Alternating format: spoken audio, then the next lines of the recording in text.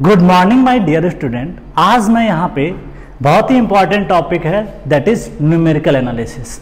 Numerical में हम लोग ये देखेंगे कि जो भी हमने अभी तक पढ़ा, liquid limit, plastic limit, toughness क्या होता है, सबके बारे में हम लोग यहाँ पे क्वेश्चंस अटेम्प्ट करेंगे। क्योंकि देखिए क्वेश्चन करने से क्या है, हमको एक आइडिया लग जाता है कि किस प्रकार का जो है एग्जाम में ट्रेंड चल रहा है। पहले कैसा ट्रेंड था, आज के 10 साल पहले से कैसे पूछता था, और आज अभी 2017, 18 या 19 में पेपर कैसे पूछा गया है। अब एक चीज और ध्यान रखिएगा, जो एसएससी जेईई का पैटर्न है वो लोग क्या कर रहे हैं, आईईएस के क्वेश्चंस को कॉपी करते हैं सीधे।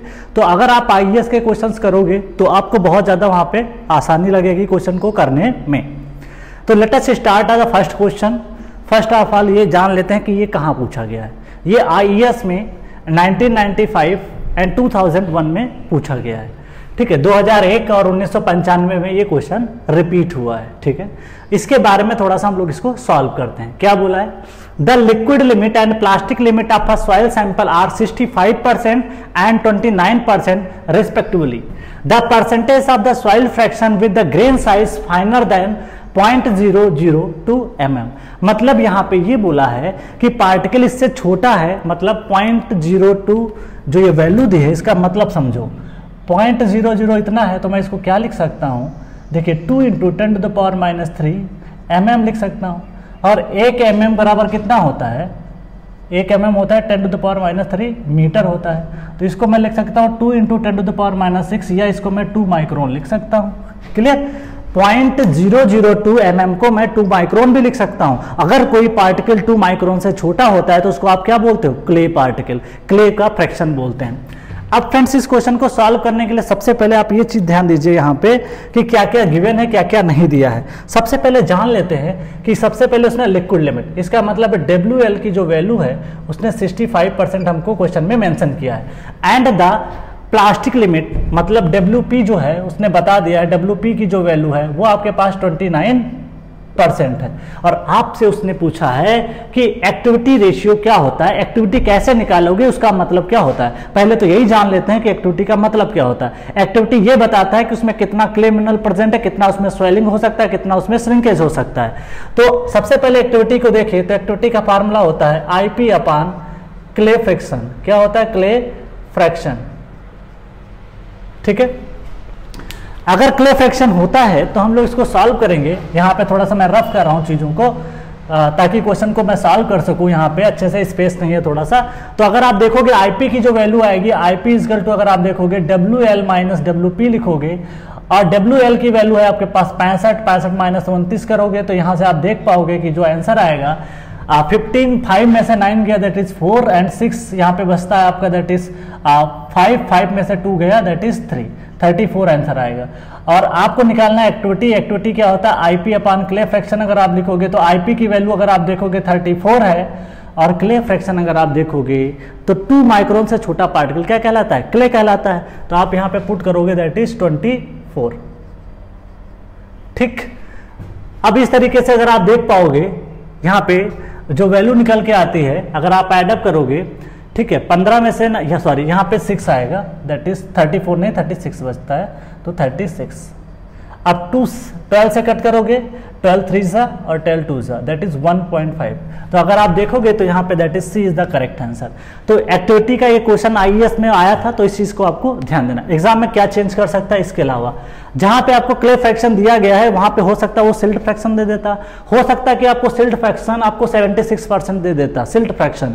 तो आप क्ले फ्रैक्शन 100 में से सब्ट्रैक्ट करते 100 में से, अगर आप 76 को सब्ट्रैक्ट करोगे तो 24% आंसर निकल के आता है। तो आपको ध्यान देना एग्जाम में वो सिल्ट फ्रैक्शन दिया है या क्ले फ्रैक्शन को बारे में बात किया है। तो इस तरीके से हमारा पहला क्वेश्चन सॉल्व कर लेते हैं। ठीक है, अब हम लोग चलते हैं नेक्स्ट क्वेश्चन पे। क्वेश्चन नंबर जो कि है आपका 2 नंबर क्वेश्चन, जिसके बारे में हम लोग यहाँ पे डील करेंगे। क्वेश्चन नंबर 2 क्या कहता है उसके बारे में हम लोग पढ़ते हैं और उसको सॉल्व करते हैं। ठीक है, अब देखिए क्वेश्चन नंबर जो 2 कह रहा है, सबसे पहले पढ़िए, अ सॉइल लिक्विड लिमिट इज 60%। इसका मतलब ये हुआ कि क्वेश्चन में क्वेश्चन नंबर 2 का जो सोल्यूशन होगा WL equal to that is 60%। उसके बाद में प्लास्टिक लिमिट बोला है, मतलब WP की अगर मैं बात करूं तो 35% उसने क्वेश्चन में बता दिया है। उसके बाद में उसने बोला श्रिंकेज लिमिट, इसका मतलब WS की जो वैल्यू है वो 20% है, क्वेश्चन में बता दिया है। And it has the natural moisture content that is WN की मैं बात करूं तो वो 50% है। और मुझसे क्वेश्चन में पूछा लिक्विडिटी इंडेक्स पूछा है, दैट इज IL। तो सबसे पहले IL का फार्मूला देखते हैं। अपान में आपने क्या पढ़ा था, हमेशा दोनों में क्या होता है, IP होता है। क्या होता है, IP क्या होता है, WL माइनस WP होता है। और ऊपर की मैं बात करूं तो मैंने क्या पढ़ा था, WN माइनस WP पढ़ा था। नेचुरल में से अगर मैं प्लास्टिक लिमिट का सब्ट्रैक्ट कर दूंगा तो मुझे ऊपर का टर्म मिल जाता है। ध्यान दीजिएगा, ये कंसिस्टेंसी नहीं है, ये क्या है, लिक्विडिटी की बात करें। और लिक्विडिटी में हमेशा ध्यान रखिएगा कि ऊपर वाले टर्म में प्लास्टिक आता है, लिक्विड नहीं आता है। हमेशा इस चीज का ध्यान रखिए, WN माइनस WP होता है, ना WN माइनस WL, क्योंकि जब लिक्विडिटी की बात करते हैं तो वहां पे प्लास्टिक आता है, इस बात का ध्यान रखिएगा, ठीक है। उसके बाद नेचुरल कंटेंट यहाँ पे वाटर होता है। अब नेचुरल वाटर कंटेंट कितना है, ध्यान दीजिएगा, दैट इज 50%, तो मैंने 50 पुट कर दिया। उसके बाद में WP आप देखिए कितना है, दैट इज 35%, तो मैंने 35% पुट कर दिया। उसके बाद IP की अगर मैं बात करूं तो IP होता क्या है, that is WL minus WP। ये भी SSC में 2 बार क्वेश्चन पूछा है, WL दे देता है, WP देता है और पूछ लेता है कि IP कैसे निकालोगे। तो 60 में से अगर आप 35 सब्ट्रैक्ट करोगे तो आपका आंसर आएगा दैट इज 25%। तो आप यहाँ 25% पुट करिए, दैट इज 15/25, 5 से कट करेंगे, 5 3 जा और 5 5 जा, that is 3/5, that is also called as 0.6 आप बोल पाओगे उसको। तो आपका करेक्ट आंसर हो जाएगा C, that is the C is the correct answer. तो इस तरीके से क्वेश्चंस को हम लोग वहां पे अटेम्प्ट करते हैं। तो आप इस तरीके से देख सकते हो, ये IS 1999 में पूछा था, 99 में आया था, तो इस चीज को आपको ध्यान देना है। तो इसका आंसर क्या हो जाएगा, 0.6 हो जाएगा। तो इस तरीके से क्वेश्चंस को हम लोग वहां पे सॉल्व करते हैं, ठीक है। नेक्स्ट अगर मैं बात करूं, अगला क्वेश्चन जो है आपका, ये मैं क्वेश्चन नंबर 23 पे आ गया हूं। अभी तक मैंने 20 क्वेश्चन पहले लेक्चर में डिस्कस किए थे इसके, और जो है इसमें भी डिस्कस करेंगे। अभी हम क्वेश्चन नंबर यहाँ पे जो पहुंच रहे हैं, जो आपका क्वेश्चन नंबर है वो 23 है, जो कि IES 1998 में पूछा गया है। ये क्या कह रहा है, पढ़ते हैं पहले। A clay soil has liquid limit is WL and the plastic limit is WP and natural moisture content is WN नहीं लिखा है, यहाँ पे क्या लिखा है, W लिखा है। उसके बाद में ध्यान दीजिएगा, consistency index of the soil is given by, कैसे कौन सा फार्मूला हो सकता है उसके बारे में थोड़ा सा देखते हैं। सबसे पहले ये जान लेते हैं कि 4 ऑप्शन में से अपान में WL माइनस WP आना चाहिए, दैट इज कॉल्ड IP आना चाहिए। और IP किस में आ रहा है पहले उसको देखते हैं। देखिए यहाँ पे WL माइनस W किया, दैट इज रॉन्ग। यहाँ पे WL माइनस WP किया, हो सकता है सही है। WL माइनस WP अपान WP माइनस, ये भी नहीं, क्योंकि अपान में WL माइनस WP होना चाहिए, ठीक है। उसके बाद में यहाँ पे अगर आप देखोगे तो यहाँ पे WL माइनस WP, हाँ ये सही हो सकता है, AS भी सही हो सकता है और C भी सही हो सकता है, लेकिन दोनों में थोड़ा डिफरेंस रखना। कैसे, मैंने आपको क्या बताया था, क्लीन का ऑप्शन करके बताया था। क्लीन में हमने क्या देखा था, IC इक्वल टू L का मतलब WL था, N का मतलब WN था। तो जिस ऑप्शन में WL में से नेचुरल वाटर कंटेंट सब्ट्रैक्ट होगा वही आपका आंसर सही होगा। तो क्या ये आंसर सही कर पाओगे, नहीं, क्योंकि यहाँ पे WP आ गया तो ये भी नहीं हो पाएगा। तो बच्चा आंसर क्या हो जाएगा, A। तो A is the correct answer. तो हमने क्लीन से याद किया था, C for IC, L for liquid, N for natural. तो इस तरीके से आप इसको याद कर सकते हो, ठीक है। तो आप देख पाओगे this is the correct answer. ये आपका कंसिस्टेंसी क्या बताता है, shear strength of the soil बताता है, जिसके बारे में हमको यहाँ पे ध्यान देना चाहिए, क्लियर। अब हम लोग बात करते हैं, देखिए यहाँ पे जो आता है क्वेश्चन नंबर, ये आता है a soil which a plasticity index equal to 0। क्या बोला है क्वेश्चन में, plasticity index is equal to 0 may be called है। जिसको क्या बोल पाओगे जब उसकी प्लास्टिसिटी इंडेक्स 0 है। अब ये क्वेश्चन SSC JEE 2005 में आया, तो मैं पहली बात ये देख लेता हूँ प्लास्टिसिटी इंडेक्स होता क्या है, WL माइनस WP होता है। अब किसी भी सॉइल का प्लास्टिसिटी इंडेक्स तभी 0 होगा, या तो वो ग्रेवल होगा या तो वो सैंड होगा। तो आप देख पाओगे IP is 0, that is called non plastic soil. Non plastic soil मतलब सैंड हो सकता है और हो सकता है कि आपका ग्रेवल हो। तो इस तरीके से आप इसको पहचान सकते हो। 4 ऑप्शन पहले पढ़ लेते हैं, non plastic, low plastic, medium plastic और हाई प्लास्टिक। अब देखिए हाई प्लास्टिक का मतलब क्ले हो जाता है, तो ये तो नहीं हो सकता। मीडियम प्लास्टिक मतलब सिल्ट हो गया, या लो प्लास्टिक ये भी सिल्ट टाइप का हो जाता है। नॉन प्लास्टिक मतलब सैंड होता है, नॉन प्लास्टिक इसको बोल सकते हो। तो आपको ध्यान देना, नॉन प्लास्टिक जैसे सैंड आता है, ग्रेवल आता है, इन सब के बारे में हम लोग बात करते हैं। अब हम लोग चलते हैं यहाँ पे, नेक्स्ट है, पहले तो हम लोग क्वेश्चन देखते हैं, एक और है 25 number question. Which of the following, तो इसका आंसर आप जान पाए होंगे, this is the correct answer is the A, this is the correct answer A, non plastic. SSCJ 2000 किसी समथिंग में पूछा गया है, लेकिन इसको देखना है। Which of the following represents the range of the plasticity index for silt, कितना रेंज होता है, रेंज का मतलब होता है कि lower value to upper value, कितना आप प्लास्टिसिटी इंडेक्स की रेंज रखोगे, दैट इज आईपी की क्या रेंज होती है, आईपी क्या होता है, WL माइनस WP, बहुत बार हम लिख चुके हैं, 50 बार लिखेंगे याद हो जाएगा, WL माइनस WP। अब इसकी रेंज की बात कर रहे हैं, अब वो सिल्ट की बात देखिए, सैंड के केस में 0 होता है, तो आप ये देख सकते हो सैंड के केस में जब 0 है तो सैंड के बाद ही फाइनल पार्टिकल क्या स्टार्ट होता है, सिल्ट स्टार्ट होता है। इसका मतलब 0 के बाद क्या स्टार्ट होता है, 0 से लेकर 10 तक जाओगे, 10 के बाद 15 जाओगे, 15 के बाद 20 जाओगे, तो शुरुआती वैल्यू कितनी है, 10 से 15, तो this is the correct answer.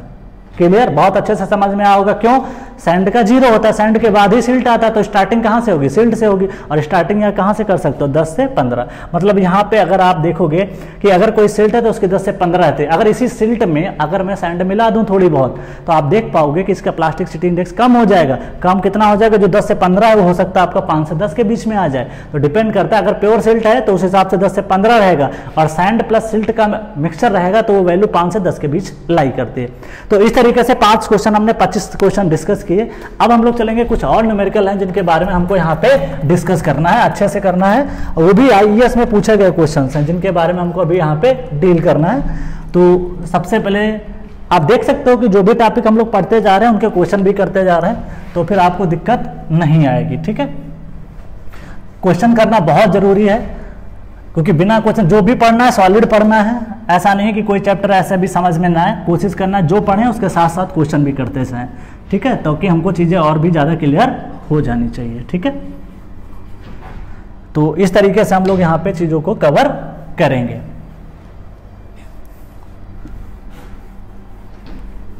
अगले क्वेश्चंस हैं, कुछ न्यूमेरिकल भी हैं ES के, वो हम लोग करते हैं, अच्छे क्वेश्चंस हैं जिनमें दिमाग लगाना है, क्योंकि वो क्वेश्चन कर लेंगे तो फिर आसान आसान हमारे लिए और आसान हो जाएंगे। ठीक है, टफ वाले क्वेश्चन करना जरूरी होता है।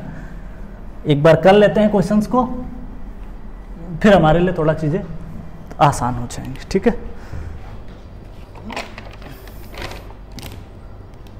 क्वेश्चन क्या कह रहा है, क्वेश्चन कह रहा है सॉइल से रिलेटेड पूछा है, पढ़ लेते हैं, कर लेते हैं उसको। है IAS 1997 में पूछा गया, उसके बारे में थोड़ा सा देखते हैं। Question number 26 IAS 1997। ठीक है, क्वेश्चन कह रहा है given that plasticity index, given that plasticity index PI of a local soil is equal to 15। ठीक है, and PI of sand and PIE of sand is equal to 0। ठीक, for a desired for a desired, बहुत अच्छा question है, for a desired PI of, PI का मतलब plasticity index of 6, ये कहा है क्वेश्चन में, the percentage of sand, the percentage of sand, the percentage of sand in the mix should be, in the mix should be, mix should be, पहला option है A, that is 70, B option है 60, C option है आपका that is 40, और D option है आपका 30। ठीक, उसके बाद में एक और क्वेश्चन पूछा है जिसके बारे में हमको थोड़ा सा देखना चाहिए, that is ये क्वेश्चन ये पूछा गया है IAS में, आप ये भी है क्वेश्चन नंबर 27 देखते हैं। IAS ये आया है दैट इज 1994 और J 2014। ठीक है, if an unconfined compressive strength of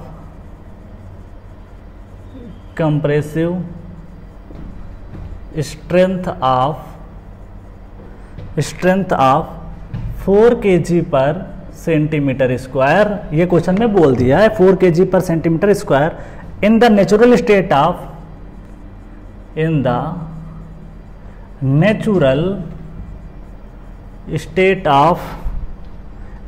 state of clay reduced by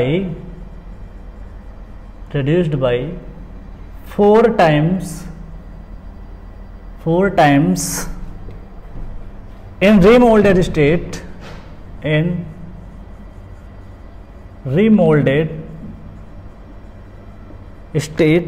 then its sensitivity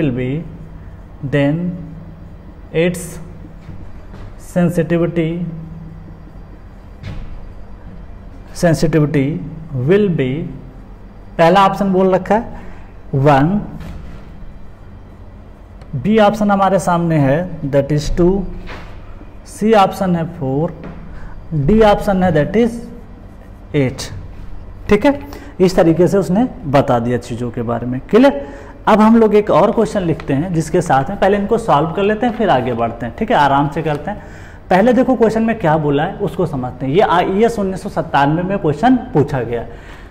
क्या बोला है, given plasticity index of a local soil, कोई लोकल सॉइल है और उसका प्लास्टिसिटी सपोज दैट, कि मैं इसकी बात कर लेता हूँ, दैट इज मान लेता हूँ कि IP1 जो है वो 15 है। एक गिवन सॉइल है जिसका IP क्या है 15 है, जाहिर सी बात है या तो सिल्ट रहा होगा या तो clay.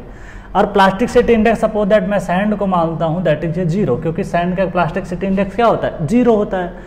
For a desired PI of, desired PI क्या होता है, मतलब दैट इज IP मिक्स होता है, ये बात आपको समझना पड़ेगा। ये 6 दे रखा है। डिजायर्ड PI का मतलब होता है कि दोनों सैंड को, क्ले को, जो भी सॉइल है वो आप मिक्स कर देते हो, उसके बाद मिक्स करने के बाद उसका जो डिजायर्ड PI है मिक्स करने के बाद वो कितना है 6 है। फिर बात करता हूँ यहाँ पे परसेंटेज की, मैं बात कर लूँ। अब मुझे मान लेते हैं कि जो इसका मिक्सचर है, मान लेते हैं कि जो यहाँ पे मुझे निकालना है कि सैंड इन द मिक्स कितना होगा, कितने परसेंटेज इसमें सैंड होगी। मान लेते हैं कोई भी चीज़ है, सैंपल है, suppose that this is a sample है, और ये आपका जो मिक्स करके बनाया गया सपोज दैट ये 100% होगा। 100% इन द सेंस मैं 1 मान लेता हूँ उसको। ठीक है, अब आप ये देखोगे कि ये जो सॉइल है सपोज दैट टोटल अगर परसेंटेज, अब देखो मैं इसको क्या मान रहा हूँ, that is suppose that this is the x, मैं इसको मान लेता हूँ, इसकी क्वांटिटी मान लेते हैं परसेंटेज में x है वैल्यूम, और इसका जो है ये वाली जो सॉइल है सपोज दैट मैं y मानता हूँ। ठीक है, कुछ देर के लिए समझने के कर रहे हैं। अब आप ये देख पाओगे टोटल कितना है, x + y = 1 हो जाएगा। क्यों? क्योंकि टोटल 100% है तो वैल्यू कितनी हो जाएगी 1।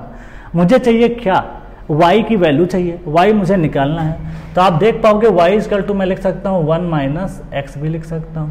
क्लियर। अब मुझे मिक्सर का फार्मूला लगाता हूँ, IP मिक्स क्या लिखोगे, IP1 × x1 × x, जैसे x1 x2 करते थे सेम वहाँ पे लगाना पड़ेगा, x + IP2 × y अपान x प्लस क्या लिख पाओगे, दैट इज y लिख पाओगे। IP1 आपके पास है 15, ठीक है, और इसके साथ में करस्पॉन्डिंग वैल्यू क्या है, x है।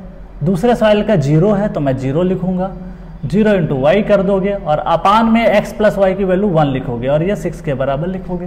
क्यों मैंने उसको 0 लिख दिया, क्योंकि देखिए वहाँ पे 0 दिया हुआ है और x + y 100% है, जैसे आप मानोगे किसी भी सैंपल में अगर टोटल वैल्यू जोड़ोगे तो वो 100% ही आती है। तो आप देख पाओगे 6 = 15x आ जाएगा और x की जो वैल्यू होगी वो आप देखोगे 6 अपान कितना आ जाएगा 15। तो x की जो वैल्यू आप देखोगे 6 अपान 15 को अगर मैं परसेंटेज में रिप्रेजेंट करूँ तो 3 2 और यहाँ पे 5 सा, तो आप देखोगे कि ये जो वैल्यू आएगी वो 40% के आसपास आ जाएगी। क्या ये मुझसे पूछा क्वेश्चन में? नहीं, क्वेश्चन में उसने पूछा है, ऑप्शन मैच भी कर गया, ध्यान दीजिएगा, x नहीं पूछा है आपसे, वो y पूछा है, तो y होगा 1 - x। जब आप देख पाओगे 1 - 40 करोगे, सॉरी 1 - अगर मैं 0.4 कर दूं तो वैल्यू आएगी 6.6 और 6 को इसको 100 से मल्टीप्लाई कर दोगे तो आप देख पाओगे दैट इज 60% आ जाएगा। क्लियर? तो आप the correct answer is the B. तो बहुत अच्छा क्वेश्चन है। ऐसे क्वेश्चन जो है ना बिल्डिंग मटेरियल में भी पूछे जाते हैं, वहाँ पे फाइनेंस मॉडल साफ सैंड का दे देता है, ग्रेवल का दे देता है और क्वेश्चन में पूछ लेता है। बीओडी मिक्स जैसे लगाते हो सेम, जैसे बीओडी मिक्स आपको निकालना होता था तो आप लोग क्या करते थे, बीओडी आप सीवेज इंटू डिस्चार्ज आप सीवेज कर देते थे, बीओडी आप रिवर करते थे और इंटू डिस्चार्ज आप रिवर अपॉन टोटल डिस्चार्ज कर देते थे सीवेज और रिवर का। तो बहुत ही आसानी से क्वेश्चन लगाए जा सकते हैं, समझे जा सकते हैं, क्योंकि ये मिक्सचर है। ठीक है, अब हम लोग क्या कर सकते हैं, क्वेश्चन नंबर यहाँ पे आते हैं, देखते हैं क्या ये क्वेश्चन बहुत बार रिपीट हुआ है, जो कि 2014 और IAS 1994 में पूछा गया। बहुत अच्छा क्वेश्चन है, समझोगे तो समझ जाओगे, कोशिश करना है इसको समझ ही लेना है हमको। ठीक है, क्या कह रहा है, if an unconfined compressive strength of इतना, तो 4 kg पर मीटर सेंटीमीटर स्क्वायर में उसने बात किया है, and natural state of clay reduced by 4 time. देखिए भैया बड़ा अच्छे से समझना है, ये क्या कहना चाहता है कि QU जो अनकन्फाइंड है, या अनकन्फाइंड की मैं बात करूं, अनकन्फाइंड अनडिस्टर्ब है, ये चीज़ का आपको ध्यान दीजिएगा। ये जो सैंपल का दिया हुआ है 4 kg, ये नेचुरल स्टेट में, और नेचुरल का मतलब होता है कि ये जो स्टेट है वो अनडिस्टर्ब है। कैसा है, अनडिस्टर्ब है। तो अनडिस्टर्ब में अगर आप देखोगे तो 4 kg पर सेंटीमीटर स्क्वायर हो जाता है, और उसके बाद उसको डिस्टर्ब किया गया है, उसने बोला गया है रीमोल्डेड किया गया है। जब आप रीमोल्डेड करोगे, देखो यहाँ पे reduced by 4 times remoulded state, 4 Guna reduce हो जाती है। आप देखोगे रीमोल्डेड स्टेट में, देन इट सेंसिटिविटी विल भी कितना होगा। अब 4 गुना अगर वो रिड्यूस हो जाती है, इसका मतलब शुरुआत में 4 गुना रिड्यूस होगी। किसका, जब नेचुरल स्टेट में जो भी सॉइल थी उसका 4 गुना रिड्यूस होगी। तो मतलब ये 4 kg पर सेंटीमीटर स्क्वायर का रिड्यूस अगर आप कर दोगे, बटे 4 करोगे, तो आंसर आएगा 1 kg पर सेंटीमीटर स्क्वायर। तो आपको समझ में आ गया। अब मुझे निकालना क्या है, सेंसिटिविटी निकालना। तो सेंसिटिविटी होता क्या है, Q unconfined compressive strength of undisturbed sample. तो आप ये अनडिस्टर्ब कर पाओगे, उसके बाद में क्यू अगर आप करोगे दैट इज रीमोल्डेड आप कर पाओगे। अगर आप रीमोल्डेड करोगे, अनडिस्टर्ब का मतलब यहाँ पे आपके पास 4 वैल्यू है और इसकी वैल्यू क्या है, 1 है, kg पर सेंटीमीटर स्क्वायर। आप यहाँ पे भी लिख पाओगे kg पर सेंटीमीटर स्क्वायर। तो आपका आंसर कितना हो जाएगा, दैट इज 4। तो आपके सामने कुछ ना कुछ आंसर तो दिया गया, this is the correct answer is 4। तो रटना है, समझना है, सॉरी रटना नहीं है, समझना है। तो आपको इस तरीके से ध्यान देना है। कैसे किया मैंने, फिर से एक बार समझा देता हूँ। यहाँ पे अनकन्फाइंड कंप्रेसिव स्ट्रेंथ ऑफ इतना, नेचुरल स्टेट का मतलब होता है अनडिस्टर्ब केस। ठीक है, नेचुरल का मतलब ग्राउंड के नीचे कोई सॉइल है, तो that is called natural state. ठीक है, और रिड्यूस्ड बाई 4 टाइम, जैसे उसको आपने डिस्टर्ब किया, रिमोल्ड किया, तो उसकी स्ट्रेंथ जो थी क्ले की वो 4 गुना रिड्यूस हो गई। तो 4 का बटा 4 करोगे दैट इज 1 आएगा, और 4 बटे फिर ये फार्मूला लगा दोगे, अनडिस्टर्ब अपॉन रिमोल्डेड करोगे 4 बटे 1 दैट इज आंसर 4। तो इस तरीके से क्वेश्चन को आप हैंडल कर सकते हो। ठीक है, तो ऐसा नहीं IAS के भी क्वेश्चन, देखिए जिस तरीके से हम लोग थ्योरी पढ़ रहे हैं तो आपको IAS भी आसान लगेगा और क्वेश्चन आप कर ले जाओगे। ठीक है, ऐसा कुछ भी टफ नहीं है कि आप कर नहीं पाओगे। ठीक है, मेरे साथ बस जुड़े रहिए, समझे रहिए, यहाँ पे चीज़ों को आपको समझना है, धीरे धीरे पढ़ते जाना है और सॉइल को बहुत ही मजबूत करना है। ठीक है, एक बार पढ़ना है लेकिन कॉन्सेप्ट आपके अच्छे होने चाहिए, इस चीज़ को आपको ध्यान रखना है। ठीक है, तो अब अगले क्वेश्चन हम लोग करने जा रहे हैं, दैट इज सॉइल से और रिलेटेड कुछ क्वेश्चन हैं जिनको हम लोग डील करेंगे। तो अगले जो क्वेश्चंस हैं उनके बारे में हम लोग वहाँ पे बढ़ते हैं। ठीक है, तो इस तरीके से चीज़ों को वहाँ पे ध्यान देना है। तो दैट इज इम्पॉर्टेंट क्वेश्चंस, और आगे के जो प्रॉब्लम्स हैं उनके बारे में हम लोग डिस्कस करेंगे। कुछ और क्वेश्चंस हैं जो बेहतरीन क्वेश्चंस हैं जिनके बारे में हमको यहाँ पे डील करना चाहिए, तो हम लोग वहाँ पे इसके बारे में डील करते हैं। ठीक है, तो आप देखोगे कि क्वेश्चंस करने के बाद हमें और थोड़ा सा चीज़ें क्लियर होती जा रही हैं। तो क्वेश्चन करना बहुत ज़रूरी है। क्वेश्चन करने से एक फ़ायदा ये होता है कि जब हम बार बार फार्मूले को लिखते हैं, समझते हैं, जब हम भले ना उसको याद करें रटे, लेकिन जब कोई भी चीज़ को हम बार बार लिखते हैं तो वो सारी चीज़ें हमें क्या होती हैं, याद हो जाती हैं। और वही हमको करना है कि अगर कोई चीज़ आती है तो बार बार लिखना है। ठीक है, तो इस तरीके से हमको वहाँ पे सॉल्व करना है। ठीक है, अब हम लोग चलते हैं नेक्स्ट क्वेश्चन की तरफ जो कि पूछा गया है, उसके बारे में डील करते हैं। क्वेश्चन ये है SSC, ये IAS में पूछा गया है 2001, पुराना क्वेश्चन है लेकिन डील करते हैं। The natural void ratio of sand sample, the natural void ratio of a soil sample, natural void ratio of a sand sample is 0.6 and its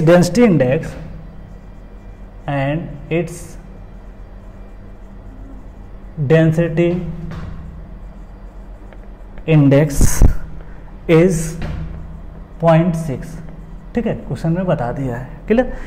if it's wide ratio in loosest state, if its wide ratio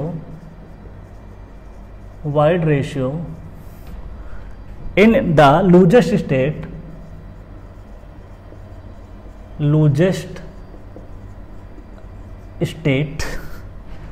is 0.9,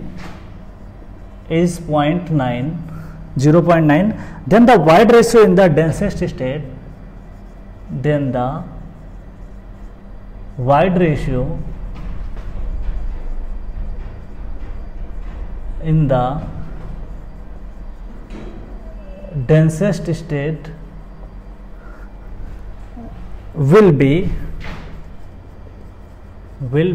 पहला option है ए 0.2 है, दूसरा option है 0.3 है और C option है आपके पास 0.4 है और डी ऑप्शन ये है कि दैट इज 0.5।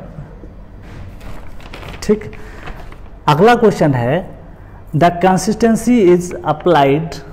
बहुत अच्छा क्वेश्चन है, क्वेश्चन नंबर जो भी है 26 पे हम लोग आ गए। ठीक है, पहले हमने 5 क्वेश्चन डिस्कस किए थे, अब ये क्वेश्चन नंबर 28 है। ठीक है, 2 क्वेश्चन हम डिस्कस कर चुके हैं। क्वेश्चन नंबर 29, ये भी क्वेश्चन JIES में पूछा गया था 2003 में, clear. The consistency as applied to cohesive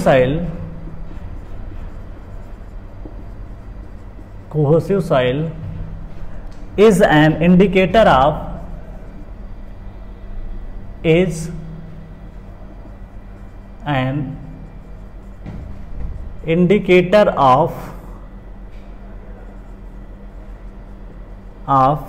it's, किसका इंडिकेटर होता है? पहला ऑप्शन दिया हुआ है डेंसिटी, सेकेंड ऑप्शन है मॉइस्चर, मॉइस्चर के अलावा अगला है shear strength, that is shear strength, और next to the option is porosity. The 4th option is given that, which is density, moisture content, shear strength and porosity. Next question 30 number, that is IES asking in that IES 2009. This question is asked in 2009. The question is say that a soil has liquid limit. A soil has liquid limit is equal to 35% and plastic limit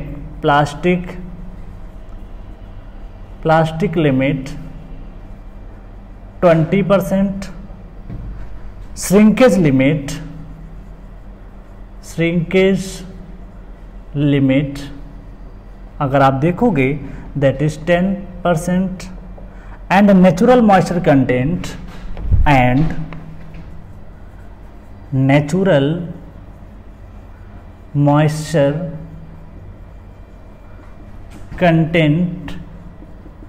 is 25%. What will be its liquidity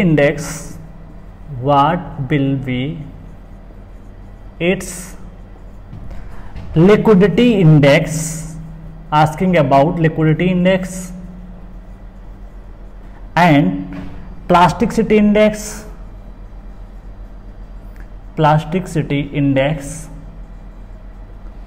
and next to the and shrinkage index.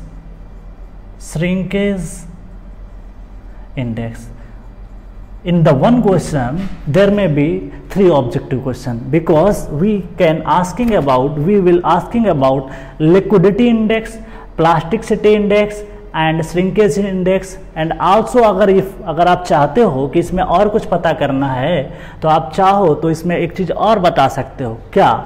इसमें आप बता सकते हो कि अगर मुझे consistency भी चाहिए तो वो भी मैं बता सकता हूँ। मुझे नहीं पूछा लेकिन फिर भी मैं निकाल के बताऊँगा आपको, ठीक है। नेक्स्ट मैं बात करता हूँ इनके ऑप्शनों की। पहला ऑप्शन है ए 20, 0.67, 0.5। बी ऑप्शन क्या कह रहा है? दैट इज इसने बी ऑप्शन में बोला है 20, 1.5, उसके बाद एंड 2.0। उसके बाद सी ऑप्शन उसने बोल रखा है क्या? 30 दे रखा है, 1.5 दे रखा है and point that is 0.72। D option में बोला है 20, 0.286 and that is 0.38।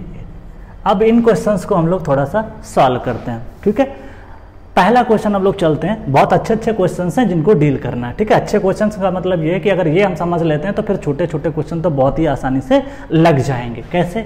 The natural void ratio of a sand sample is 0.6। इसका मतलब ये हुआ कि ई नेचुरल की उसने बात की है, दैट इज ये कितना है? 0.6 है। एंड डेंसिटी इंडेक्स मतलब रिलेटिव डेंसिटी की बात किया है 0.6। खास बात यह है कि रिलेटिव डेंसिटी जो पैरामीटर होता है वो आपका सबसे बड़ी बात है, ये coarse grain soil like sand and gravel के लिए वैलिड होता है। नेक्स्ट टू द बात करें अगर हम void ratio in the loosest state, loose का मतलब होता है वाइड रेशियो मैक्सिमम हो सकता है, तो वाइड रेशियो मैक्सिमम होगा तो इसको लिखेंगे e max is equal to 0.9। We can asking about the void ratio in densest state. Densest का मतलब होता है कि वाइड वहां पे सबसे कम होने चाहिए। तो आप देखोगे दैट इज मुझे जो फाइंड करना है ई मिनिमम के बारे में पता करना है। मुझे सबसे पहले जानना चाहिए कि ये सबसे पहले कि इसमें कौन सी बात ऐसी है जो मुझे निकालनी है। मुझे जो चाहिए मिनिमम वाइड रेशियो चाहिए। मिनिमम का मतलब होता है कि जो भी वाइड्स हैं वो डेंसेस्ट स्टेट में रहते हैं। तो हमारे पास फार्मूला है I D is equal to e max minus e natural upon e max minus e minimum into 100 करने की जरूरत नहीं है क्योंकि वैल्यू परसेंटेज में मेंशन नहीं है। तो आईडी की वैल्यू अगर आप देखोगे, अगर परसेंटेज में बोलता 60% है तो मैं परसेंटेज लगाता। आईडी की वैल्यू 0.6 है, ई मैक्स की वैल्यू आपके पास 0.9 है, नेचुरल की वैल्यू आपके पास 0.6 है, ई मैक्स की वैल्यू 0.9 है, मुझे ई मिन निकालना है। आप देख पाओगे मैं 0.9 इंटू ई मिन इधर लिखता हूँ। उसके बाद अगर आप देखोगे 0.9 में से ये गया तो 0.3 बचा, अपन 0.6 करोगे कट कर जाएगा 1/2 दैट इज 0.5। तो आप देखोगे कि ई मिनिमम की वैल्यू 0.9 माइनस 0.25 करोगे दैट इज 0.4। तो this is the answer is 0.4। तो करेक्ट आंसर इज द 0.4। तो बहुत अच्छा क्वेश्चन है, कुछ भी नहीं है, सॉल्व करना है। अब एक खास बात यहाँ से और सीख लेते हैं। मान लिया कल को ये 0.4 दे देता, मान लिया 2 ऑप्शन बना देता, यहाँ पे भी 0.4 कर देता, लेकिन उसके साथ में अगर वो ये बोल देता कि ये मीडियम डेंस है, लो डेंस है, इस तरीके से ऑप्शन बना था तो अब भी आपको पहचान में आना चाहिए। तो आपने क्या पढ़ा था? 0 से 15 होगा तो ये लो मतलब लूज सॉइल होती थी, 15 से 35 होता था तो मीडियम बोलते थे, सॉरी लूज बोलते थे। ये तो वेरी लूज होता है, वेरी लूज। उसके बाद में क्या था? मीडियम लूज होता था। इस तरीके से हम लोग पढ़ते थे। तो आप देखोगे मेरी जो वैल्यू लाई कर रही 35 से इतने बीच है, फिर 35 से लेकर के 65 होता था, ठीक है। 35 से 65 होता था। तो इसमें आप देख पाते थे तो जो वैल्यू आती थी वो मीडियम डेंस आना शुरू हो जाती थी, ठीक है। उसके बाद 65 से 85 के बीच में डेंस आता था और 65 से 85 के बीच डेंस, और 85 से 95 के बीच में जो भी वैल्यू आती थी आप देख पाते थे कि वहाँ पे वेरी डेंस चीज़ें शुरू हो जाती थी। तो कल को ऑप्शन अगर वो क्वेश्चन कठिन बनाने की कोशिश करेगा तो ये 0.4 2 ऑप्शन में देगा, लेकिन उसके साथ में वो डेंस जोड़ देगा, मीडियम डेंस जोड़ देगा, लूज जोड़ देगा। तो इस तरीके से आपको ध्यान देना है। नेक्स्ट मैं बात करता हूँ consistency as applied to cohesive soil is an indicator of. Consistency हमें क्या बताता है? देखिए कंसिस्टेंसी हमें ये बताता है कि हम उसको कितना इजीली मोल्ड कर सकते हैं, कितना इजीली उसको शेप में कन्वर्ट कर सकते हैं, that is called consistency. Consistency हमको ये बताता है कि कितना फर्म होगा, सॉफ्ट होगा, हार्ड होगा, क्या होगा, that is the consistency. Consistency हमको ये बताता है indirectly shear strength of the soil. तो आप देख पाओगे डेंसिटी से कोई मतलब नहीं होता है। उसके बाद मॉइस्चर कंटेंट, मॉइस्चर से भी कोई मतलब नहीं होता है। देखिए तो सबसे जो मतलब होता है वो आपका होता है शियर स्ट्रेंथ, पोरोसिटी से भी कोई मतलब नहीं होता। तो this is the correct answer is the shear strength of the soil. तो ऐसे क्वेश्चन आईएएस में आते रहते हैं, जो कि आईएएस 2003 में क्वेश्चन पूछा गया है, ठीक है। नेक्स्ट टू द अगर हम बात करें तो नेक्स्ट हमारा एक soil has liquid limit 35%, liquid limit 35%, तो मैं तो भैया लिख लिया WL की वैल्यू जो है वो 35%, तो 35% हो गया। उसके बाद में प्लास्टिक लिमिट की मैं बात करूं तो वो मैंने लिख दिया 20% लिख दिया। उसके बाद श्रिंकेज लिमिट की बात करूं तो WS मैंने जो लिखा 10% लिख दिया। क्लियर। अब उसके बाद में नेचुरल मॉइस्चर कंटेंट की मैं बात करूं तो नेचुरल मॉइस्चर कंटेंट उसने दे रखा है 25%। अब इस क्वेश्चन को या तो आप भैया सारी चीजें निकालिए या तो कोई एक आधार निकाल के आंसर को टिक करिए, आगे बढ़िए। That is very important. अगर भैया आप अगर सारे आंसर निकालना शुरू कर दोगे तो फिर आपका टाइम वेस्ट होगा। आपको ऐसा करना है कि टाइम कम लगे और आंसर आपका निकल जाए। सबसे आसानी से कौन सी चीजें दो निकल सकती हैं, देखिए लिक्विडिटी इंडेक्स का फार्मूला पहले हम लिखते हैं। Liquidity index that is WN minus WL, sorry plastic होता है अपान IP होता है। क्लियर। ये इसको WL माइनस WP भी लिख सकते हो। क्लियर। और उसके बाद में अगर मैं श्रिंकेज लिमिट की बात करूं, IP की बात करूं, तो मैं लिख सकता हूं WL माइनस WP। WL हमारे पास कितना है 25 और minus 10, sorry 35 minus 20 that is 15%। और जो श्रिंकेज लिमिट होता है IS की बात करूं WP माइनस WS होता है।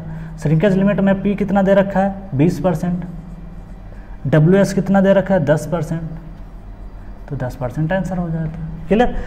तो मैंने क्यों नहीं लिक्विडिटी निकाला, क्योंकि लिक्विडिटी निकालते समय नेचुरल भी पुट करो, प्लास्टिक भी पुट करो, लिक्विड पे प्लास्टिक पे सब में पुट करने में टाइम वेस्ट होगा। आपको क्या करना है, यहाँ पे क्वेश्चन में पूछा है plasticity index and shrinkage index, तो मैं ये कोशिश करूंगा कि श्रिंकेज इंडेक्स मुझे पता कर लूँ। तो श्रिंकेज इंडेक्स देखो कि 10% आया, कितना आया 10% आया। जो भी डेटा दिया हुआ है उसके हिसाब से नेचुरल मॉइस्चर कंटेंट 25% दिया हुआ था, WS श्रिंकेज लिमिट 10% दिया हुआ है, उसके अलावा आपको दिया था that is plastic limit that is 20%। तो इस हिसाब से हमको निकालना क्या, श्रिंकेज इंडेक्स के बारे में उसने बात किया, उसके बारे में हम लोग यहाँ पे देखते हैं। तो सबसे पहले ये समझते हैं that is first option, that is the question, sorry यहाँ पे क्वेश्चन में थोड़ा सा ऑप्शन आपको चेंज करने पड़ेंगे। ऑप्शन यहाँ पे आप चेंज करिए। ऑप्शन का इन द सेंस ये है कि ऑप्शन मैंने दूसरे क्वेश्चन के लिख दिए, सॉरी उसके लिए आंसर कोई फ़र्क नहीं पड़ा, डेटा वही रहेगा, बस ऑप्शन थोड़ा चेंज करिए। ऑप्शन उसके दूसरे क्वेश्चन के मैंने लिख दिए थे, तो उसको भी थोड़ा सा चेंज कर सकते हैं। ठीक है।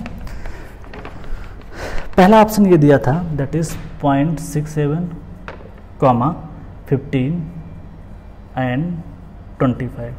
फिर दूसरा ऑप्शन है 0.33, 15 एंड 10। फिर दिया ऑप्शन है 0.67, 25 एंड 15। ठीक है। उसके बाद में 0.33 है, 20 है एंड 15 है। देखिए सबसे आसान इसमें दो ही चीज़ें थी, जो प्लास्टिसिटी इंडेक्स है और श्रिंकेज इंडेक्स है। लास्ट में आप ये देखिए कि हमसे पूछा क्या क्या है, plasticity index and shrinkage index पूछा है। तो अगर आप देखोगे जो श्रिंकेज इंडेक्स है उसको निकालोगे तो होगा WP माइनस WS। WP बहुत आसान है, 20 माइनस 10 आंसर क्या आएगा 10। अब आप ये बताइए कि किस ऑप्शन में 10 मिल रहा है, बस उतना लगा के आप आगे निकल जाए। क्यों? क्योंकि अगर आप एग्ज़ाम में जल्दी करना चाहते हो, अगर कोई एक लड़का है जो पहले WIL निकालेगा, फिर वो क्या करेगा प्लास्टिसिटी इंडेक्स निकालेगा, फिर वो क्या करेगा श्रिंकेज इंडेक्स निकालेगा। आपको सबसे पहले ये देखना चाहिए 4 ऑप्शनों में क्या, जो सबसे बड़ी बात है ये देखो कि 4 ऑप्शन में से ऐसी कौन सी चीज़ें जो सिमिलर हैं, जिन पे मेहनत करने की ज़रूरत है कि नहीं है। देखिए इस ऑप्शन में 0.67 है, इस ऑप्शन में 0.67 है, मतलब 2 बार निकालना पड़ेगा। यहाँ पे 0.33 है, यहाँ पे भी क्या है 0.33 है। क्लियर। तो 2 ऑप्शन में मिल गया। तो अब एक चीज़ देखिए कि अगर आप कोई भी ऑप्शन सॉल्व करते हो, इसका मतलब ये तो दोनों में कॉमन हो गया, फिर आपको दूसरे ऑप्शन में जाना पड़ेगा। ठीक है। यहाँ भी 15 है, यहाँ पे भी 25 है, यहाँ पे भी 15 है, यहाँ पे भी 20 है। तो देखो 2 बार 15 आ गया, तो इसलिए थोड़ा सा 2 ऑप्शन 2 बार आपको सॉल्व करना ही पड़ेगा। लेकिन एक खास बात ये देखिए, ये 25 है, ये 10 है, ये 15 है, ये 15 है। तो आप देखोगे कि 25 अलग है, 10 अलग है, 15 अलग है। हाँ, ये चीज़ समझ में आ रही है कि अगर चीज़ें थोड़ा डिफरेंट रहती हैं, अलग अलग रहती हैं, तो सॉल्व करने में ज़्यादा सही रहता है। कैसे? अब आप ये देखिए कि अगर मैं श्रिंकेज इंडेक्स निकाल लूँ, अगर वो वेरी वैल्यू मिल जाए, श्रिंकेज इंडेक्स की मैं बात करूँ अगर, तो आप देखोगे तो जैसे सपोज दैट कि आपने इसमें सब्ट्रैक्ट किया, तो श्रिंकेज इंडेक्स अगर आप निकालोगे तो WP माइनस WS है, मेरा आंसर आ गया 10%। ऐसा 4 में से देख लो कि भैया 10% किस में मैच कर रहा है। ये ऑप्शन आपका मैच कर रहा है। आप फालतू चक्कर में मत पड़िए कि मुझे WP निकालना है, प्लास्टिसिटी इंडेक्स निकालना है या लिक्विडिटी इंडेक्स निकालना है, कोई मतलब नहीं है। सिर्फ आपको फोकस क्या करना चाहिए कि आपको जब एक आंसर मिल गया आप आगे बढ़िए। हाँ, मान लेते हैं कि यहाँ पे भी 10 होता तब मैं इसको निकालता, कोई एक पैरामीटर और चेक करना पड़ता, लेकिन अगर ऐसा कुछ नहीं है तो ऑप्शन देके आपको काम करके आगे निकल जाना है। ज़्यादा वहाँ पे आपको PhD नहीं करनी है, आपको तो क्वेश्चन निकालना है। तो इस तरीके से आप उसको कर सकते हो। तो correct answer is the B is the correct answer. चाहो तो मैं निकाल सकता हूँ। देखो IAS मैंने निकाला 10%, IP मैंने 15% निकाल लिया, तो आप देख रहे हो 10-15 तो मैच ही कर गया है। और लिक्विडिटी सॉल्व करोगे तो 0.33 आएगा। लिक्विडिटी मैं सॉल्व भी कर देता हूँ चाहो तो WN की वैल्यू कितनी है, 25% है, WP की वैल्यू है 20% है, और IP की वैल्यू अगर आप देखोगे तो आएगा 15%। तो आप देख पाओगे यहाँ पे 10 बटे कितना हो जाएगा, देखिए ये कितना आएगा 5 बटे 15, दैट इज 1/3, और 1/3 को क्या लिख सकते हो 0.33। तो इस तरीके से क्वेश्चंस को हम लोग सॉल्व करते हैं। ठीक है, कुछ और 1-2 क्वेश्चन करते हैं। ठीक है, इस तरीके से अगर हम क्वेश्चंस करेंगे तो फिर हमें कोई दिक्कत ही नहीं आने वाली है। इस तरीके से हम लोग क्वेश्चन को सॉल्व करते हैं। ठीक है, नेक्स्ट अगर हम बात करें, कुछ और क्वेश्चंस हैं 1-2 इसी से रिलेटेड कर लेते हैं। ठीक है, तो आप IAS के लिए परेशान मत होइए कि IAS के क्वेश्चन मुझे नहीं मिल रहे हैं कहीं से, मैं क्लास में सारे सॉल्व करा दूंगा। ठीक है, अच्छे क्वेश्चंस, ताकि आपको बार बार भटकना नहीं पड़ेगा। यही क्वेश्चन आप अगर आप जाओगे तो गुप्ता एंड गुप्ता में रिपीट भी हो जाएगा। तो ऐसा नहीं कि आप वहाँ पे भी सॉल्व करो, यहाँ से अगर आपको कॉन्सेप्ट मिल जा रहा है, समझ में आ रहा है, तो फिर आप वहाँ पे बार बार सॉल्व मत करिए। कोशिश करिए कि एक जगह से चीज़ें अगर आपको मिल जाती हैं तो अच्छा है। ठीक है, और यहाँ पे समझ जाओगे, आपके नोटबुक में होगा। जब आप रिवीजन करिए तो क्वेश्चन भी देखिए कि सर ने कैसे बताया था, शॉर्ट ट्रिक कैसे अप्लाई करते हैं। तो कुछ शॉर्ट ट्रिक ऐसी होती है जिससे आप क्वेश्चन को सॉल्व कर सकते हो। वो कैसे अप्लाई करोगे, प्रैक्टिस करके आता है। दूसरी बात, आपको ऑप्शन देख के काम करना है कि कैसा ऑप्शन दिया गया है, उस तरीके से चीज़ों को आपको हैंडल करना होता है। ठीक है, तो ऑप्शन के अकॉर्डिंग आप आगे बढ़िए, करते रहिए काम। तो इस तरीके से आपको क्वेश्चन को वहाँ पे सॉल्व करना होता है। ठीक है, तो दैट इज़ इम्पॉर्टेंट। कुछ और क्वेश्चंस हैं जो मैं देख लेता हूँ एक बार फिर से, जो पूछे हुए क्वेश्चंस हैं हमारे पास। ठीक है, कुछ क्वेश्चंस हैं जो पूछे गए हैं, इस पर तो मैंने सॉल्व कर लिया लगभग। एक ऐसे सेम क्वेश्चन है लेकिन थोड़ा सा अलग है, उसको थोड़ा सा देखते हैं। दैट इज क्या है, क्वेश्चन कह रहा है कि एक सॉइल है, ठीक है, और उस सॉइल में ये पूछा है, सेम क्वेश्चन था लेकिन ये थोड़ा सा अलग है। क्वेश्चन नंबर जो भी 29 है, क्वेश्चन नंबर 29 कह रहा है, IAS 2010 में पूछा गया है। 2010 में ये पूछा गया, एक specimen of clay silt, specimen, बहुत अच्छा क्वेश्चन है, specimen of clay silt, clay silt contains 70% 70% silt size particle full stop, its liquid limit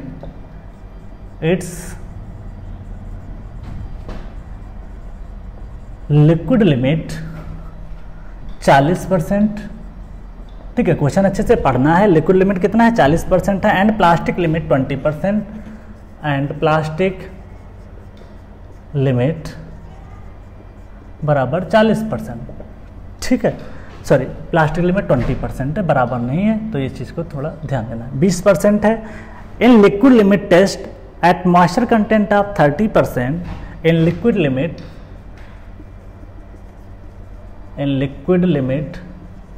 test, liquid limit कैसे निकालते हो, कैसा ग्रांडे से निकालते हो, लिक्विड लिमिट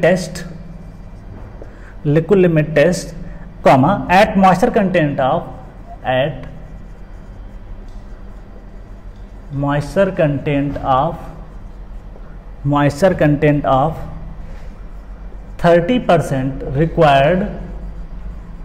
30% required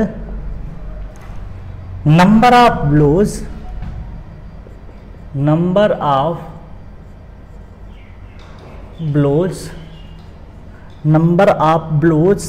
was 50 उसने बता दिया है। इट्स प्लास्टिसिटी इंडेक्स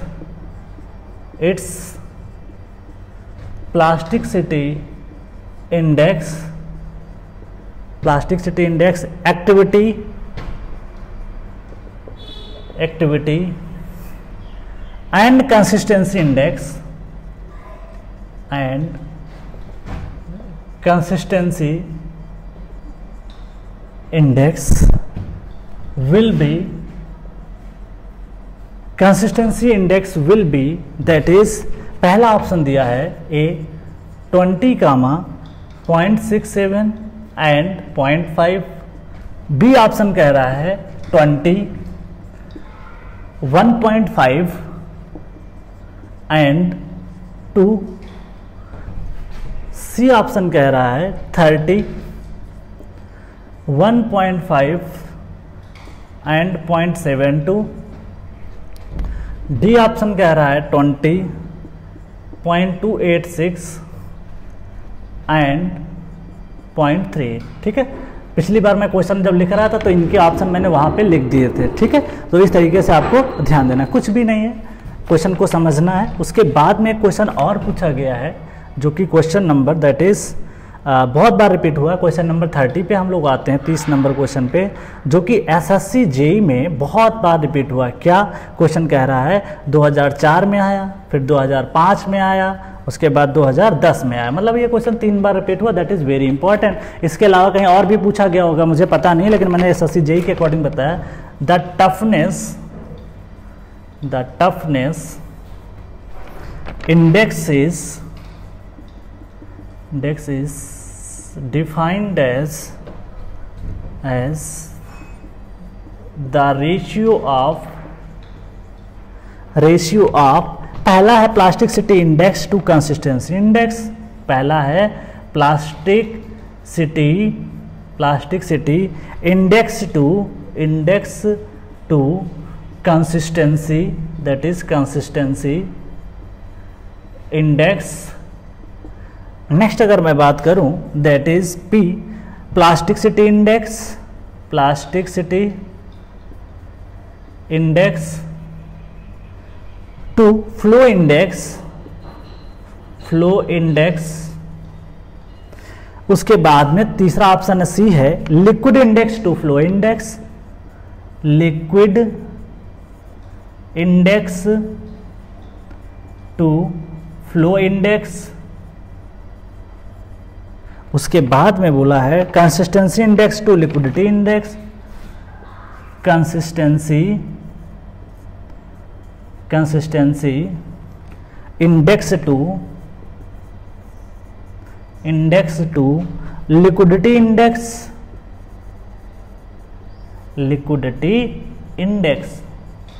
तो ये भैया ऑप्शन आपके सामने है, क्वेश्चन को देखिए, समझिए, पढ़िए, ये सारी बातें उसने बोली हैं।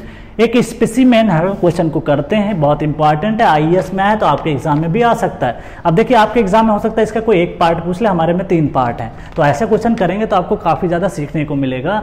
एक क्ले सिल्ट है, ध्यान दीजिएगा, 70% सिल्ट पार्टिकल, ये बात मैं पहले भी बता चुका हूँ। जब सिल्ट का परसेंटेज, जब यहाँ पे देखोगे सिल्ट परसेंटेज की बात करूँ तो वो 70% है, तो आप देख पाओगे कि जो क्ले का फ्रैक्शन होगा, क्ले पार्टिकल अगर आप देखोगे तो 100 माइनस क्या करोगे 70, दैट इज 30%, 30% हो जाएगा। ये बात जानना बहुत जरूरी, डायरेक्टली आप पुट कर दोगे आंसर गलत हो जाएगा।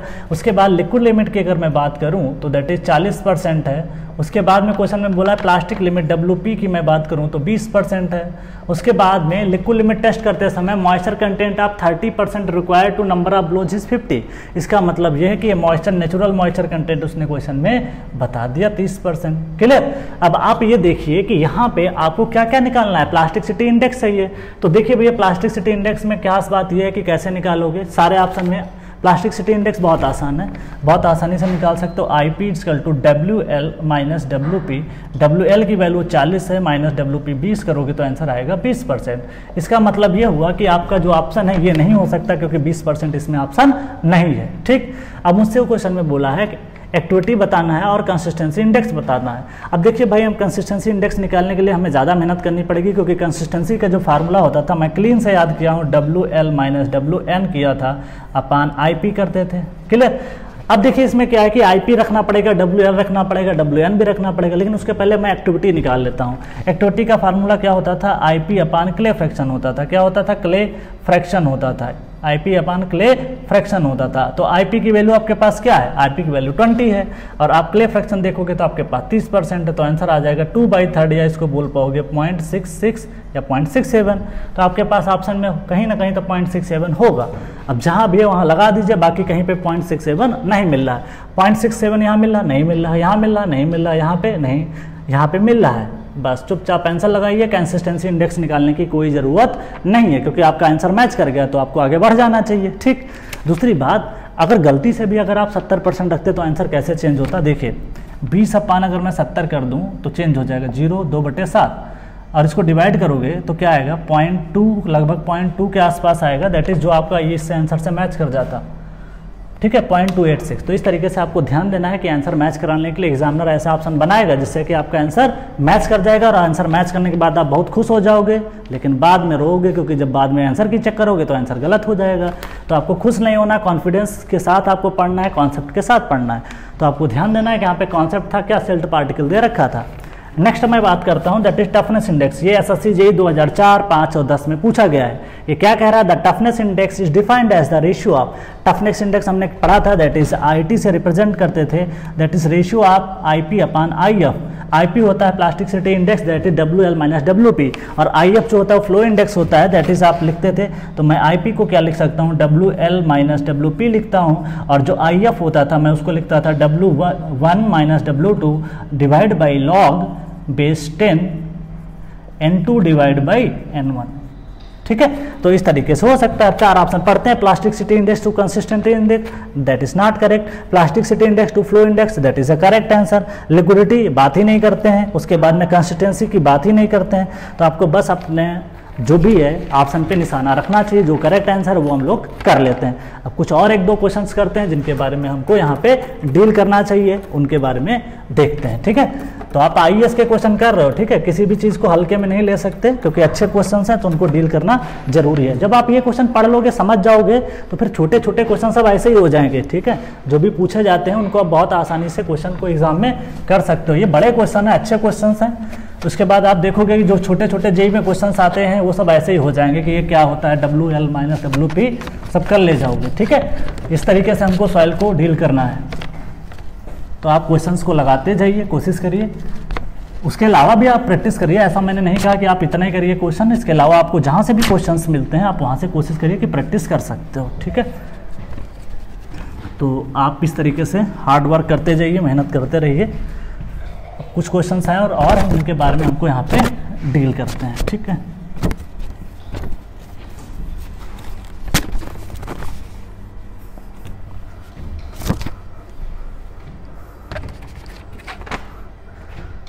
क्वेश्चन कह रहा है दैट इज एसएससी जेईई में पूछा गया है, एसएससी जेईई आईएएस में भी समझ लीजिए पूछा गया, that is 2004। according to Atterberg limit,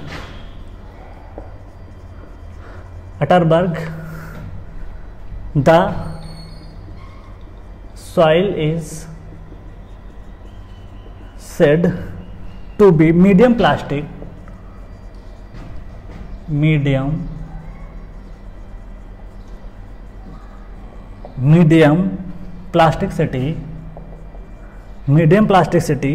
if the plasticity index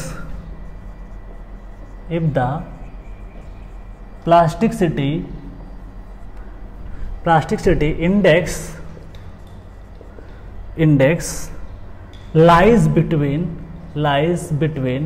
पहला ऑप्शन क्या कह रहा है 7, पहला ऑप्शन कह रहा है 0 IP less than 7, B option कह रहा है दैट इज 7 से 17 के बीच। उसके बाद में क्या कह रहा है सी ऑप्शन 17 से लेकर के दैट इज IP 27 दे रखा है क्वेश्चन में, और जो डी ऑप्शन है IP ग्रेटर देन 27। इस तरीके से ऑप्शन उसने बना दिया। ठीक है, उसके बाद में एक और क्वेश्चन पूछा है, क्वेश्चन जो कि है ये आपका एसएससी जेईई 2004 और 16 में रिपीट हुआ है। एसएससी जेईई 2004 और 2016 में है। ठीक है, तो ये जो भी क्वेश्चन आ रहा था 31 और 32 इस तरीके से हमको डील करना है। A soil has liquid limit a soil has liquid limit, a soil has liquid limit 65%, 65%, comma, plastic limit of 30%, 30%, and shrinkage limit,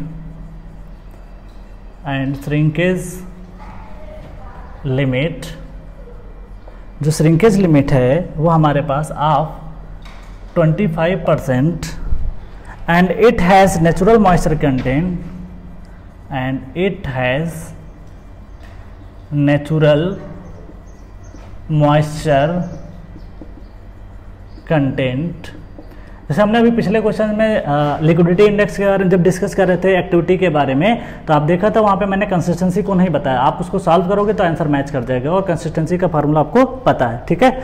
तो यहाँ पे हम लोग बात कर लेते हैं, that is an natural moisture content of 45%, 45%, the liquidity index of soil, the liquidity index of soil. देखिए आईएएस के क्वेश्चन अब एसएससी जेईई में रिपीट होंगे क्योंकि कंपटीशन बढ़ चुका है, इसलिए आपको ध्यान देना पड़ेगा।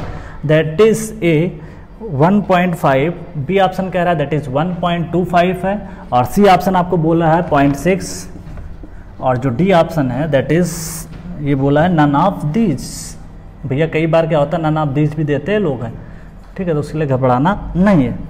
उसके अलावा और क्या पूछा है? और कुछ नहीं पूछा। लगभग हमारे मैक्सिमम क्वेश्चंस थे जो कि हमने कवर किए, जो कि पूछे जाते हैं। अब इन्हीं के बारे में हमको यहाँ पे क्या करना है, डिस्कस करना है। इसके अलावा और भी कोई क्वेश्चन होंगे तो हम लोग डिस्कस करेंगे, लेकिन अभी जो है इतने क्वेश्चन को हम लोग डील करते हैं, ठीक है। तो सबसे पहले देखिए यहाँ पे क्या बोला गया है, according to Atterberg limit that is the soil is said to be medium plastic if the plasticity index lies between this. देखिए 0 से 7 के बीच में होता है तो उसे लो प्लास्टिक बोलते हैं। क्या बोलते थे? Low plastic. 7 से 17 के बीच रहता है तो उसे मीडियम प्लास्टिक बोलते हैं। क्या बोलते हैं? मीडियम प्लास्टिक बोलते थे। और उसके बाद में 17 से 27 के बीच, 17 से ज़्यादा अगर होता है तो उसे हम लोग हाई प्लास्टिक बोलते थे। क्या बोलते थे? हाई प्लास्टिक बोल पाते थे, ठीक है।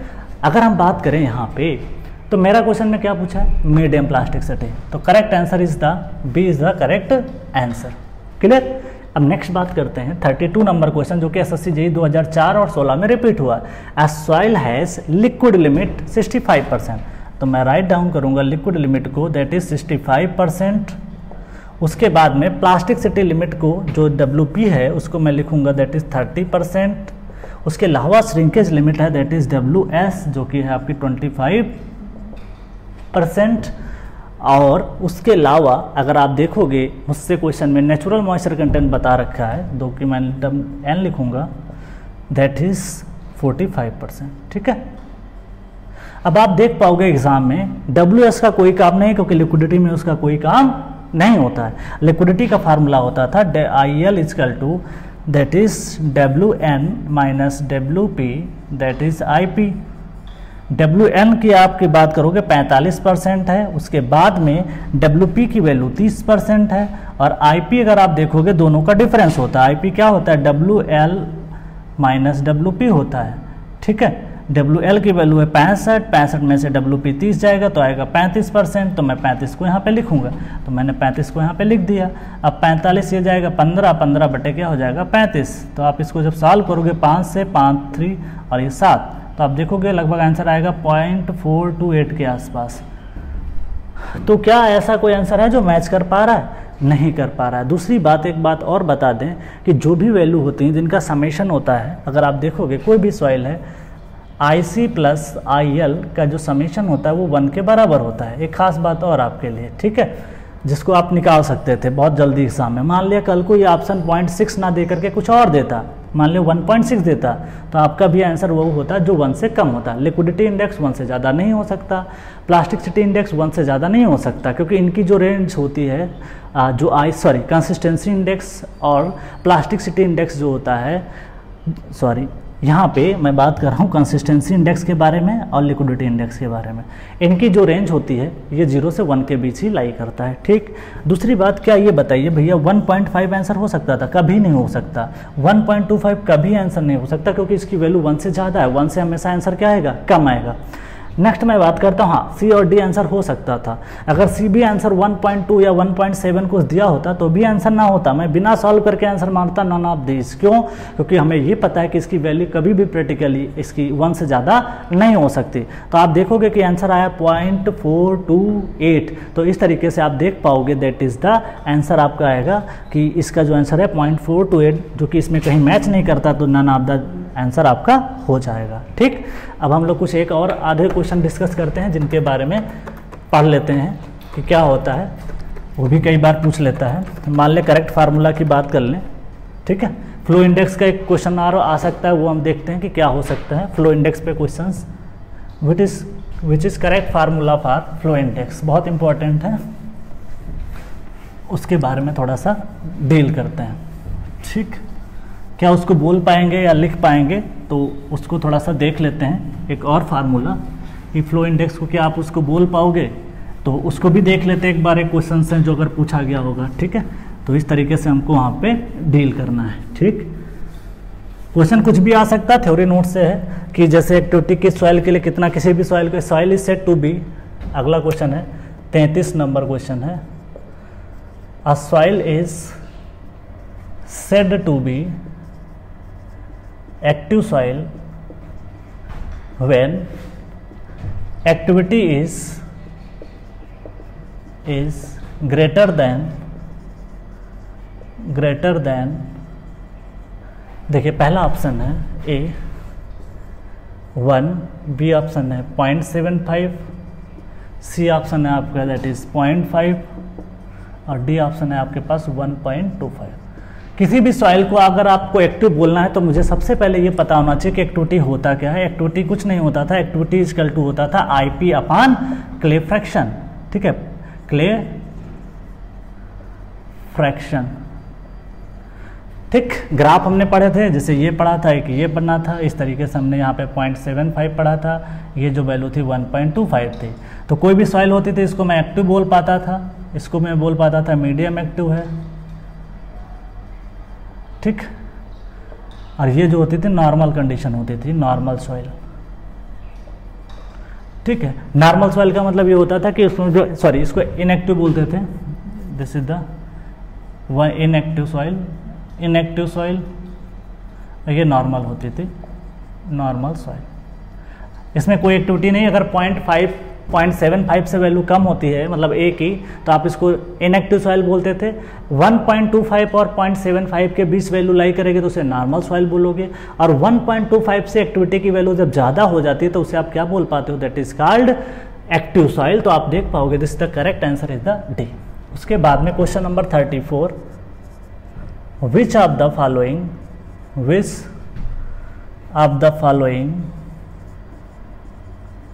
correct expression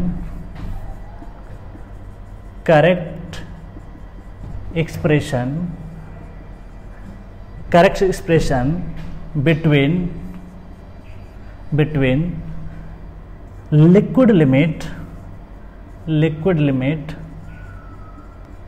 and number of blows। ठीक है, नंबर ऑफ ब्लोज।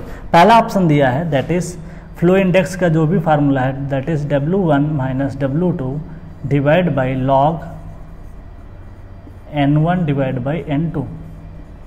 ठीक, दूसरा फार्मूला बोला है IF flow index equal to, ठीक है, which of the following the correct expression between the liquid limit and the number of blows, जिसको मैं ब्रैकेट में N लिख देता हूँ। ये ग्राफिकल रिप्रेजेंटेशन है that is W1 minus W2 divide by log base 10 N2 divide by N1। ठीक, उसके बाद में मैं बात करता हूँ that is C, that is IF equal to, ये क्या हो सकता है? W1 minus W2 divide by log base 10 N1 minus N2। क्या ऐसा एक्सप्रेशन हो सकता है? ठीक, उसके बाद में D ऑप्शन में ऐसे भी लिख सकता हूँ IF equal to W1 minus W2 log base 10 n2 minus n1, ठीक है, इस तरीके से रिप्रेजेंट किया गया है। तो आपने क्या पढ़ा था कि जो भी लॉग की वैल्यू होती है, जो लॉग की प्रॉपर्टी थी हम लोगों ने पढ़ा था, इसको ऐसे ग्राफ बनता है, इसके करस्पॉन्डिंग हम लोग वैल्यू यहाँ पे लेते हैं। This is the suppose that W1 that is N1, this is the suppose that W2, उसके करस्पॉन्डिंग हम लोग लेते थे N2, और ये जो स्केल होती थी लॉग स्केल होती थी। क्या होती थी? Log scale. तो इसका जो स्लोप आता था थीटा दैट इज IF, वो क्या होता था? सपोज दैट देखो यहाँ पे जिस पे मॉइस्चर कंटेंट कम है उस पे नंबर ऑफ ब्लोज ज़्यादा आएंगे, जिस पे मॉइस्चर कंटेंट क्या है? ज़्यादा है, उस पे नंबर ऑफ ब्लोज कम आएंगे, ठीक है। तो डिपेंड करता है कि मॉइस्चर कंटेंट आपने क्या लिया। तो मॉइस्चर कंटेंट के हिसाब से अगर आप देखोगे तो इसका जो फार्मूला बन के आएगा IF, मॉइस्चर कंटेंट कौन सा ज़्यादा है? सपोज दैट W2 ज़्यादा है, मान लिया W1 है, W2 minus W1 divide by log base N1 divide by N2, ये फार्मूला बनेगा। क्यों? लॉग की कभी भी वैल्यू नेगेटिव नहीं हो सकती, हमेशा यहाँ पे पॉजिटिव वैल्यू होनी चाहिए, मतलब जो नंबर ज़्यादा होगा टॉप पे रहेगा लॉग में, कम वाला नीचे रहेगा। अब एक काम ये कर लेते हैं, माइनस से मल्टीप्लाई करते हैं। अगर माइनस से जब इसको मल्टीप्लाई करोगे तो ये माइनस से जब मल्टीप्लाई करोगे तो ये फार्मूला बन जाएगा W1 minus W2 divide by log base 10, minus का इसके साथ जब मल्टीप्लाई करोगे ना तो N2 डिवाइड बाई N1 हो जाएगा, ठीक है। ये लॉग की प्रॉपर्टी होती है, लॉग की ये प्रॉपर्टी होती है। मैं लॉग की प्रॉपर्टी भी आपको बता देता हूँ। Log suppose that log A minus आपने लॉग B लिखा है तो इसको आप लिख सकते हो लॉग A बाई B। क्या लिख सकते हो? Log A by B। लेकिन मैं अगर इसको माइनस से मल्टीप्लाई कर देता तो ये log B minus log A हो जाता, जिसको आप लॉग, सपोज दैट कि मैं इसको माइनस से मल्टीप्लाई करूँगा तो जब मैं माइनस से मल्टीप्लाई करूँगा log A minus log B को मैं जब माइनस से मल्टीप्लाई करूँगा तो इसको लिख सकता हूँ log B minus log A। अब इसको लिख पाओगे आप log B by log A, ठीक है। तो यही देखो यहाँ पे क्या किया गया है, आप देख पाओगे कि यहाँ पे जो भी वैल्यू आपके सामने लिखी गई है, मेरा आंसर आया था W2 माइनस W1, ठीक है, अपान log N1 बाई N2। मैंने माइनस से यहाँ मल्टीप्लाई कर दिया, माइनस से यहाँ मल्टीप्लाई कर दिया। जब यहाँ मल्टीप्लाई करोगे तो W1 माइनस W2 हो जाएगा, और नीचे जो N1 बाई N2 है आप देख सकते हो जब मल्टीप्लाई करोगे तो माइनस log A आ जाएगा और माइनस माइनस प्लस हो जाएगा, तो log B पॉजिटिव आ जाएगा, log A माइनस आ जाएगा। तो आप उस तरीके से देख पाओगे W1 माइनस W2। तो करेक्ट आंसर अगर आप देखोगे आपके पास सारे ऑप्शन दिए हैं तो ये करेक्ट नहीं हो सकता, क्योंकि देखिए जितना ज़्यादा आप देखोगे मॉइस्चर कंटेंट ज़्यादा होगा तो नंबर ऑफ ब्लोज उसके करस्पॉन्डिंग कम हो जाएंगे। तो इसलिए N1 की जो वैल्यू है वो अपान में होनी चाहिए, तो इस तरीके से नहीं हो सकता। दूसरा ऑप्शन हो सकता है, this is the correct answer. C में क्या दिक्कत है? देखिए लॉग की कोई भी ऐसी प्रॉपर्टी नहीं होती। लॉग के स्केल पे अगर आपने लिया है तो आप देखोगे कि अगर ये वैल्यू लिखोगे तो ये log N2 आएगा, ठीक है, दूसरा आएगा log N1 आएगा। कभी भी ऐसा नहीं कर पाओगे कि N1 माइनस N2, तो ये मैथमेटिकली ही गलत हो गया, तो इसको नहीं लिख पाओगे। उसके बाद W1 minus W2 divide by N2 minus N1, ये भी मैथमेटिकली गलत है, क्योंकि log N2 माइनस N1 होता तो हम इसको लिख सकते थे। लेकिन ये ग्राफ में log की ये प्रॉपर्टी कोई नहीं पढ़ते हैं हम लोग कि log B minus A equal to log B by A लिख लो, ऐसा कभी नहीं होता। This is the wrong. log की जो प्रॉपर्टी होती है ये होती है कि log B minus A log A minus B log A minus log B equal to log A by लिखते हैं, ठीक है। ऐसे एक log की और प्रॉपर्टी होती है log A क्रॉस B, अगर आपको लिखना है तो आप लिख पाओगे log A plus log B लिख पाओगे, ठीक है। ये log की एक प्रॉपर्टी होती है, तो इस तरीके से हम लोग इसको सॉल्व करते हैं। तो आप देख पाओगे कि चीज़ों को ऐसे आपको सॉल्व करना होता है। तो ये मैक्सिमम क्वेश्चन थे फ्रेंड्स जो कि हमने सॉल्व किए।